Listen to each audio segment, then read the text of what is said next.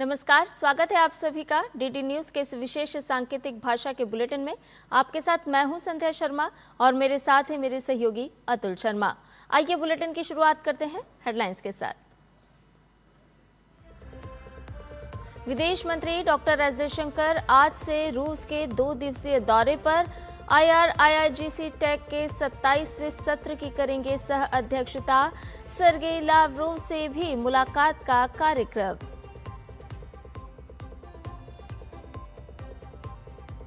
BJP अध्यक्ष नितिन नवीन आज केंद्रीय पदाधिकारियों के साथ करेंगे बैठक। प्रधानमंत्री नरेंद्र मोदी ने कल पार्टी की नई कार्यकारिणी के पदाधिकारियों के साथ की थी मुलाकात।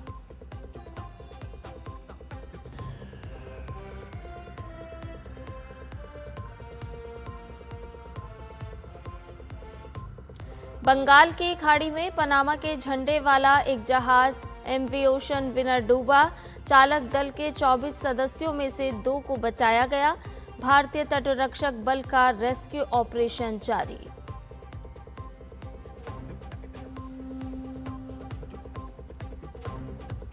जापान के पूर्वी हिस्से में आज तड़के 5.9 तीव्रता का मध्यम भूकंप आया। राजधानी टोक्यो और आसपास के क्षेत्रों में भी महसूस किए गए झटके। किसी बड़ी जनहानि की नहीं खबर।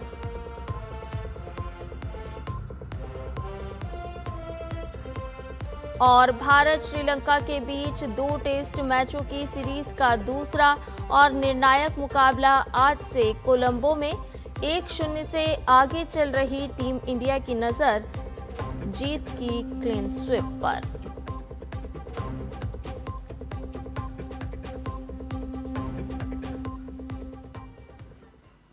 सभी खबरें विस्तार के साथ। विदेश मंत्री डॉक्टर एस जयशंकर आज से रूस की 2 दिवसीय आधिकारिक यात्रा पर रहेंगे। ये यात्रा रूस के प्रथम उप प्रधानमंत्री डेनिस मंटुरोव के निमंत्रण पर हो रही है। यात्रा के दौरान विदेश मंत्री भारत रूस अंतर सरकारी आयोग की 27वीं बैठक की सह अध्यक्षता करेंगे।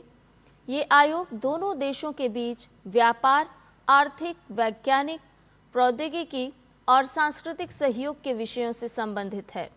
ये दोनों देशों के बीच उच्च स्तर पर लिए गए फैसलों को लागू करने का रोड मैप तैयार करता है और सहयोग को मजबूत बनाता है।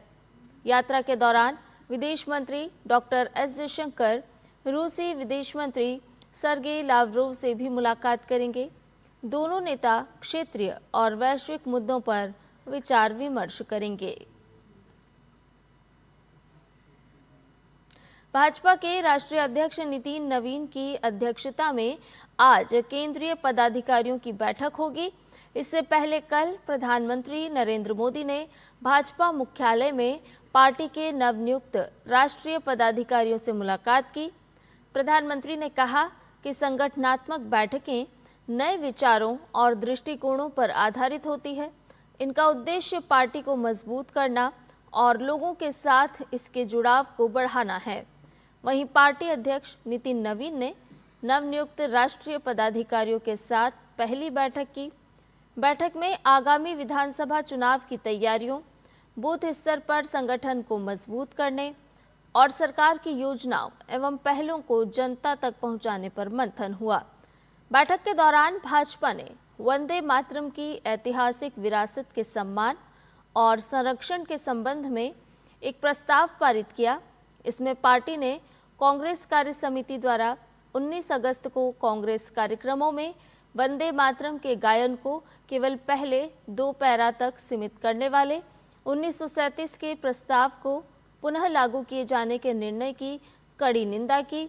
भाजपा ने कहा है कि राजनीतिक सुविधा, तुष्टीकरण या वोट बैंक की राजनीति के लिए वंदे मातरम के सम्मान और विरासत से कोई समझौता स्वीकार नहीं किया जाएगा। बंगाल की खाड़ी में शनिवार को बड़ा समुद्री हादसा हुआ। पनामा के झंडे वाला कार्गो जहाज MV ओशन विनर शनिवार को संपर्क टूटने के बाद डूब गया। जहाज में 24 क्रू सदस्य सवार थे। इनमें 20 चीनी नागरिक, म्यांमार के 3 नागरिक और बांग्लादेश का 1 नागरिक शामिल था। भारतीय तटरक्षक बल ने अब तक 2 लोगों को बचा लिया है, जबकि बाकी क्रू सदस्यों की तलाश जारी है। भारतीय तटरक्षक बल के मुताबिक जहाज डूबने से पहले MV ओशन विनर से संपर्क टूटने की जानकारी मिली थी। जहाज ओडिशा के पारदीप तट से करीब 240 मील दूर डूबा। ये जहाज शुक्रवार को ओडिशा के तट से रवाना हुआ था और इसमें सिंगापुर के लिए आयरन ले जाया जा रहा था। बचाव अभियान में मदद के लिए समुद्र में मौजूद ICG के जहाज वरद और अनमोल को तैनात किया गया है, जबकि अभियान को और मजबूत करने के लिए श्री विजयपुरम से विजित जहाज को भी भेजा गया है। उत्तर प्रदेश में आगामी विधानसभा चुनाव को लेकर सियासी सरगर्मियां तेज होने लगी है। चुनाव अभी दूर हैं, लेकिन राजनीतिक दलों ने अपनी तैयारियों को धार देना शुरू कर दिया है। इसी कड़ी में अब मुख्य विपक्षी दल समाजवादी पार्टी भी चुनावी मोड में आ गई है। पश्चिमी यूपी से सपा अपने चुनावी अभियान का आगाज करने वाली है। पार्टी अध्यक्ष अखिलेश यादव आज बुलंदशहर से PDA रथ यात्रा शुरू करेंगे। यात्रा की शुरुआत PDA महासम्मेलन और जनसभा के साथ प्रस्तावित है। इसके बाद इस यात्रा को पूरे उत्तर प्रदेश में आगे बढ़ाने की योजना है। अखिलेश यादव इस अभियान के जरिए जनता के बीच अपनी राजनीतिक पहुंच बढ़ाने की कोशिश करेंगे। वहीं अखिलेश यादव के चुनावी अभियान के बीच राज्य में NDA के घटक दल भी अपनी सियासी ताकत दिखाने में जुट गए हैं। इसी कड़ी में सुहेलदेव भारतीय समाज पार्टी आज बुंदेलखंड से अपना शक्ति प्रदर्शन करने जा रही है। सुबह सपा के राष्ट्रीय अध्यक्ष और राज्य सरकार में मंत्री ओम प्रकाश राजभर आज चित्रकूट में जन अधिकार महारैली को संबोधित करेंगे।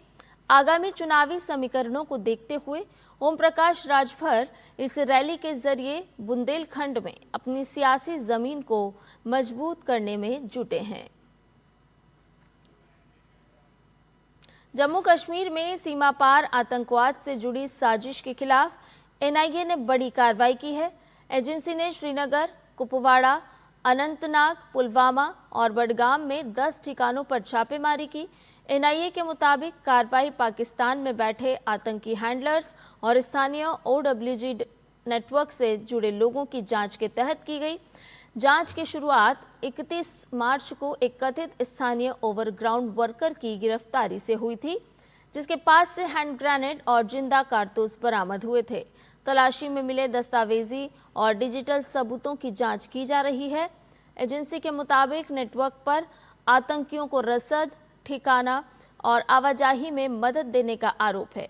मामले में आगे और गिरफ्तारियां हो सकती हैं। उत्तर प्रदेश में मानसूनी बारिश का दौर जारी है। मौसम विभाग ने आज उत्तर प्रदेश के कई हिस्सों में तेज आंधी तूफान के साथ भारी बारिश को लेकर अलर्ट जारी किया है। मौसम विभाग ने मुजफ्फरनगर, गौतम बुद्ध नगर, मेरठ, कानपुर, प्रयागराज और राजधानी लखनऊ समेत यूपी के कई जिलों में मूसलाधार बारिश होने की संभावना जताई है। इसके साथ ही तेज रफ्तार से हवाएं चलने और आसमान से बिजली गिरने की भी आशंका जताई गई है। प्रशासन ने लोगों से अपील की है कि वो खराब मौसम के दौरान सुरक्षित स्थानों पर ही रहें और बिना किसी जरूरी काम के अपने घरों से बाहर ना निकलें। इसके अलावा किसी भी आपात स्थिति से निपटने के लिए आपदा प्रबंधन और राहत टीम भी पूरी तरह अलर्ट मोड पर है। पूर्वी जापान में आज तड़के 5.9 तीव्रता का मध्यम भूकंप आया, जिसमें 5 लोग घायल हो गए। हालांकि सुनामी का कोई खतरा नहीं है। जापान मौसम विज्ञान एजेंसी के अनुसार भूकंप दक्षिणी इबाराकी प्रांत में 70 किलोमीटर की गहराई पर आया। ये जापान का ऐसा इलाका है जहां अक्सर भूकंप आते हैं। यूनाइटेड स्टेट्स जियोलॉजिकल सर्वे ने इसकी शुरुआत तीव्रता 5.8 मापी। Fire and disaster management agency ने बताया कि टोक्यो के उत्तर पूर्व में स्थित इबाराकी, चिबा और सैतामा प्रांतों में 5 लोग घायल हुए। भूकंप के कारण टोक्यो और नारिता एयरपोर्ट के बीच चलने वाली एक्सप्रेस ट्रेनों और उत्तर पूर्वी इलाकों की लोकल ट्रेनों में देरी हुई। इसके अलावा टोक्यो में लगभग 460 घरों की बिजली चली गई। प्रधानमंत्री सनाए तकाइची ने एक्स पर बताया कि सरकार ने संभावित नुकसान का आकलन करने के लिए एक टास्क फोर्स बनाया है। भारत और श्रीलंका 2 टेस्ट मैचों की सीरीज के दूसरे और निर्णायक मुकाबले में आज आमने सामने होंगे। पहले टेस्ट में 165 रन की शानदार जीत दर्ज करने के बाद अब भारतीय टीम की नज़र दूसरे मुकाबले को जीतकर सीरीज क्लीन स्वीप करने पर होगी। मैच सुबह 10 बजे से शुरू होगा। पहले टेस्ट में जीत के साथ भारत ने वर्ल्ड टेस्ट चैंपियनशिप में भी वापसी की है। अब टीम की नज़र सीरीज जीत के साथ महत्वपूर्ण WTC अंक हासिल करने पर होगी। इसके साथ ही हमारे इस विशेष सांकेतिक भाषा के बुलेटिन में फिलहाल के लिए इतना ही। मुझे और मेरे सहयोगी अतुल शर्मा को दीजिए इजाजत। नमस्कार।